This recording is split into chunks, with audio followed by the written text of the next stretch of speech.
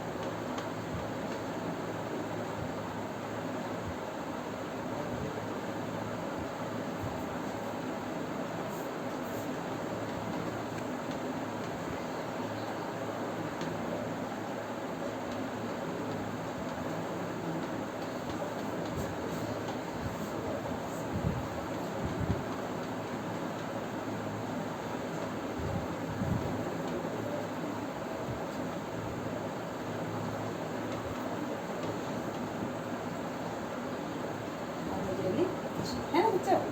ठीक है, तो दो प्रोसेस क्या है। पहला क्या ले रहे हैं, पहला ले रहे हैं वायस with soda lamp, soda lamp के द्वारा, या डायरेक्ट लिख दो सोडा लैम्प, सोडा लैम्प के द्वारा। ठीक है, एंड सोडा लैम्प होता है क्या है, ये सबको मालूम होगा क्या होता है। Combination of NaOH plus Ca, क्या कहलाता है ये, सोडा लैम्प कहलाता है। एंड दूसरा क्या, कॉल्वे इलेक्ट्रोलाइसिस, कॉल्वेज इलेक्ट्रोलाइसिस।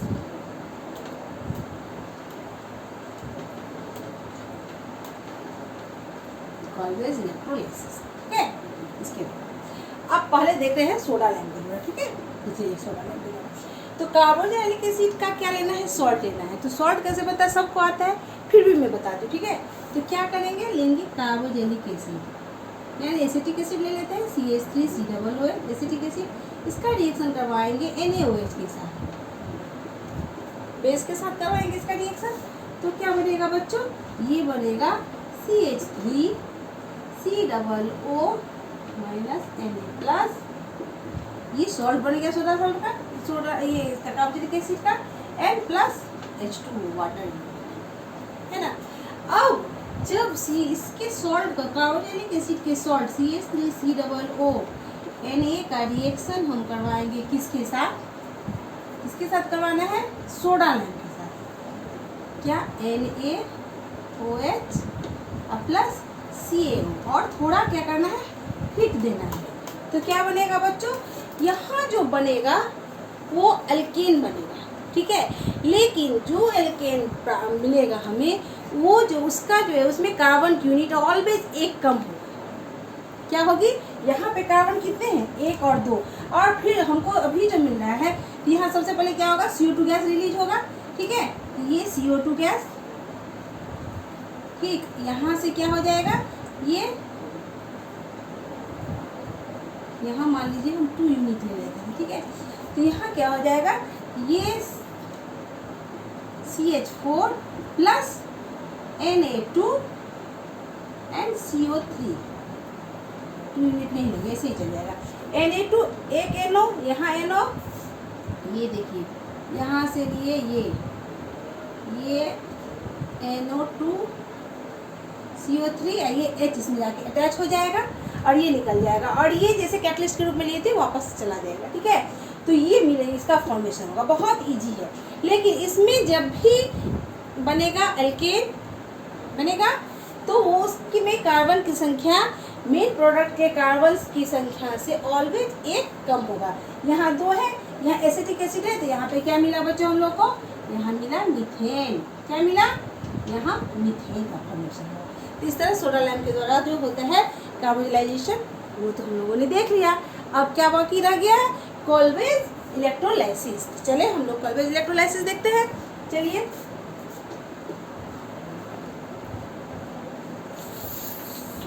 तुम जो सो जाती हो तो देखती हो जो कहाँ धुंधला हुआ कि नहीं हुआ।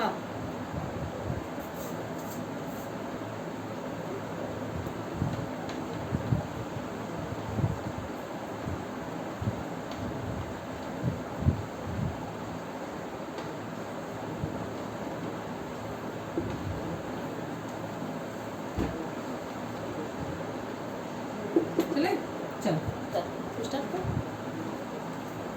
3, 2, 1 टिडिंग। यह ऑलवेज इलेक्ट्रोलाइसिस लिए तो मान लिए यहाँ पे एक बीकर लिए, ठीक, एक ले लिए एनोड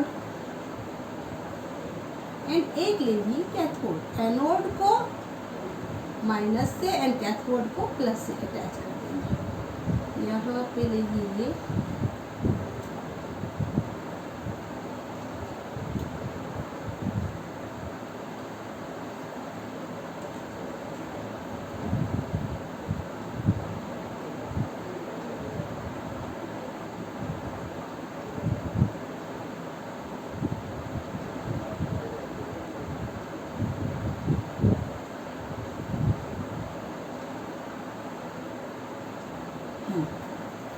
ऐसे इसको अटैच कर दें।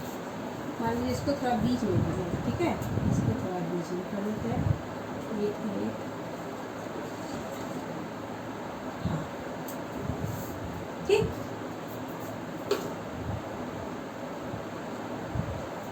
इसको कैथोड से, एक को एनोड से अटैच कर दें।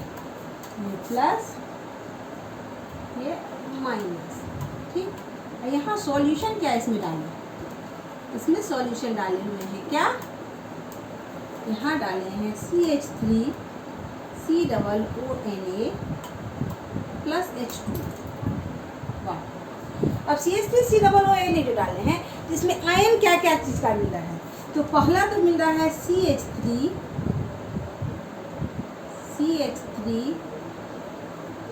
COO आयन माइनस, ठीक। दूसरा Na प्लस आयन, एंड उसके बाद क्या हो रहा है? यहाँ वाटर का जो होगा तो H plus NOH minus ion. Anode पे क्या होता है? एनोड पे ऑक्सीडेशन होता है। एनोड पे क्या होता है? Oxidation. Oxidation in the sense क्या है? Release of electron. ऑक्सीडेशन में इलेक्ट्रॉन का रिलीजन होता है ना। एंड रिडक्शन, इसमें क्या होता है? रिडक्शन में except of gain of electron.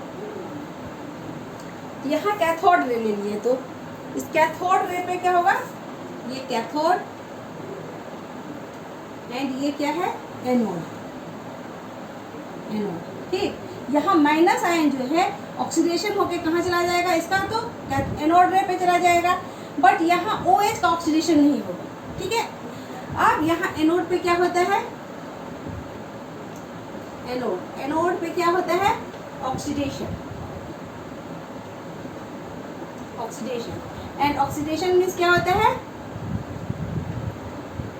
Loss of electron. Loss of electron, ठीक है। यह इलेक्ट्रॉन का क्या हो रहा है? लॉस हो रहा है, ठीक। तो यहाँ पे मान ले लिए क्या लिए? इलेक्ट्रॉन। हाँ, यहाँ ले लिए मान लीजिए 2 यूनिट ले लिए CH3 COONA ले लिए, ठीक है। क्या लिए? CH3 COO। यहाँ पे क्या मिलेगा हम लोगों को? जब करवाएंगे तो क्या होगा? 2C2H6 और प्लस 2 ठो इलेक्ट्रॉन निकलेगा। 2C2H6 और प्लस CO2 Na2CO3, ठीक है। C2H6 यहाँ से तो N प्लस आयन उस पर चला जाएगा ना। 2C2H6 एंड यहाँ प्लस 2CO2, क्या मिला? 2C2H6, यानी 2 ठो CH3 है, एंड प्लस CH3 2 ठो हो गया ना, एंड क्या हो गया 2CO2 और कार्बन की संख्या हमको मिल गई,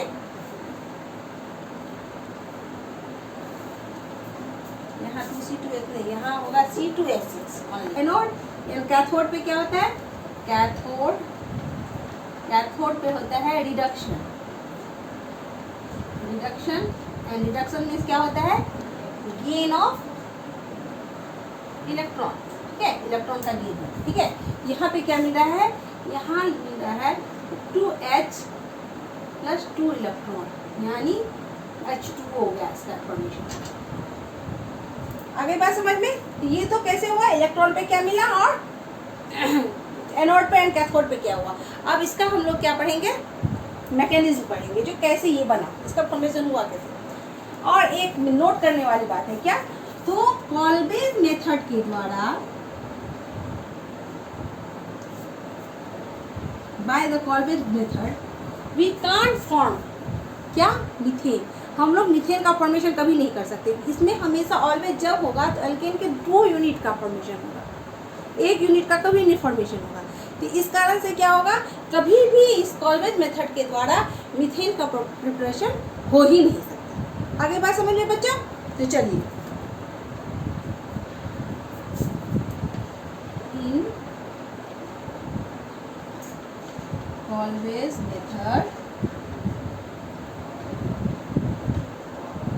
we can't form मीथेन। आगे बात समझ में, चलिए तो अब चलिए इसका स्क्रीनशॉट ले लीजिए। अब चलते हैं क्या चीज़ पे, मैकेनिज्म पे चलते हैं। चलिए पहले देखते हैं एनोड पे। यहाँ पे एनोड पे ले लिए क्या, 2 एसिटिक एसिड का सॉल्ट CH3COO, यहाँ O। यहाँ पे लोन पेयर क्या है, यहाँ पे तो इसका कितना लोन पेयर बच गया, 2 लोन पेयर और 1 एक्स्ट्रा है ना, इस पे क्या आ जाएगा माइनस चार्ज है ना। इसका एक ही बॉन्ड बनाया है, फॉर्मेशन किया है, एक तो बच गया है। एंड यहाँ ये और Na जो है वो तो है ही, मान लीजिए Na यहाँ पे बचा है, इसमें साथ में जुड़ाई हुआ है, इसको अभी हम वैसे करके रख लेते हैं। तो इसमें से क्या होगा, किसका एडिशन होगा, माइनस दो इलेक्ट्रॉन का, क्योंकि यहाँ पे ऑक्सीडेशन हो रहा है तो 2 इलेक्ट्रॉन निकलेगा। और यही 2 इलेक्ट्रॉन कहाँ, एनोड पे जाके, कैथोड पे जाके हाइड्रोजन के साथ वो एक्सेप्ट करता है, रिडक्शन करता है एंड H2 गैस का फॉर्मेशन होता है। आगे बात समझ में, वहाँ कहाँ से इलेक्ट्रॉन आया, यही इलेक्ट्रॉन, ठीक है। एंड यहाँ पे क्या हो गया, ये हो गया।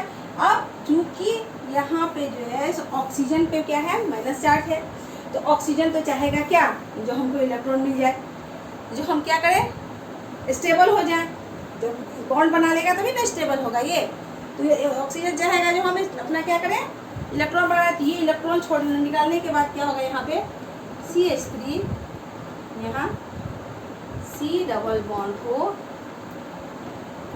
O, यहाँ O। अब यहाँ पे क्या करेगा,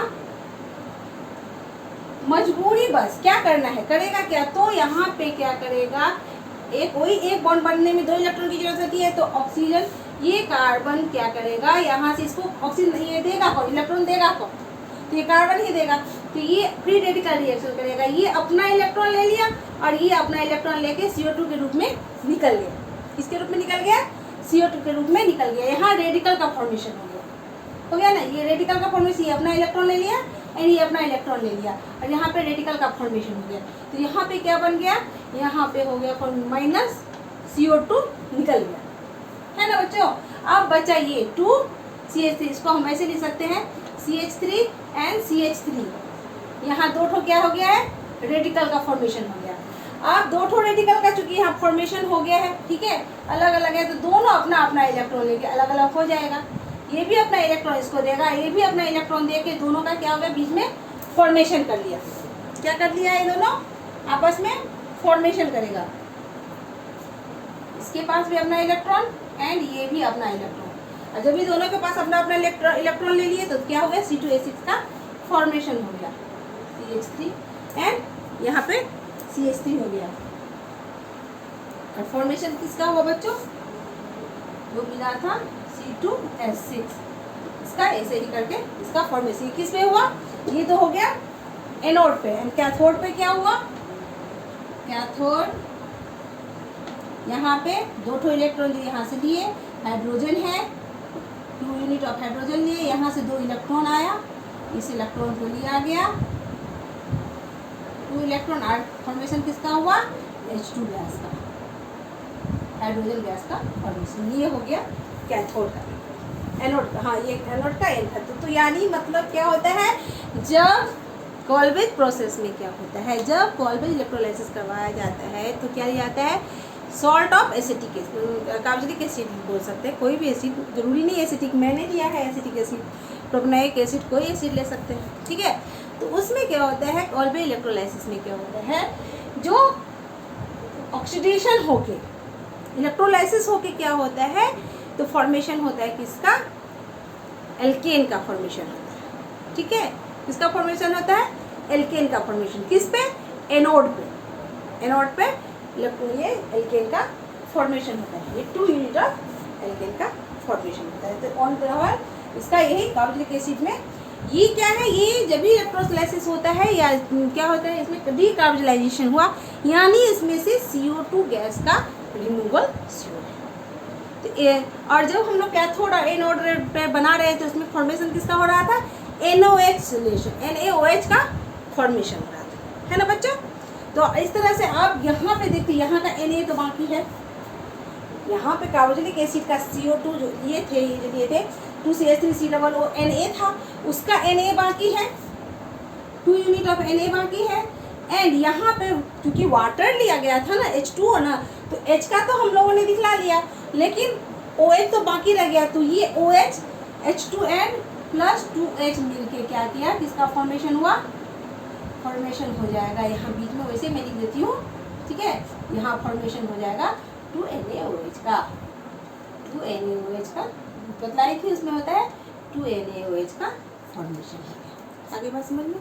इस तरह से हम लोगों का एक बहुत ही इम्पोर्टेंट इलेक्ट्रोलाइसिस और ये डीकार्बोक्सिलाइजेशन और कार्बोक्सिलिक एसिड बहुत ही इम्पोर्टेंट क्या है, ये नेमिंग रिएक्शन है, आज कंप्लीट हो गया। ये ऑलमोस्ट हर कम्पिटिटिव एग्जाम में आता है, इसलिए इसको बहुत ध्यान से पढ़िएगा। जहाँ समझ में नहीं आएगा कमेंट करके बताइएगा, मैं फिर से आपको समझाने की कोशिश करूँगी, ठीक है बच्चों। ऐसे ही मन लगा के पढ़िएगा और मेरे चैनल को लाइक सब्सक्राइब और शेयर करते रहिएगा। तब तक के लिए टेक केयर, बाय बाय।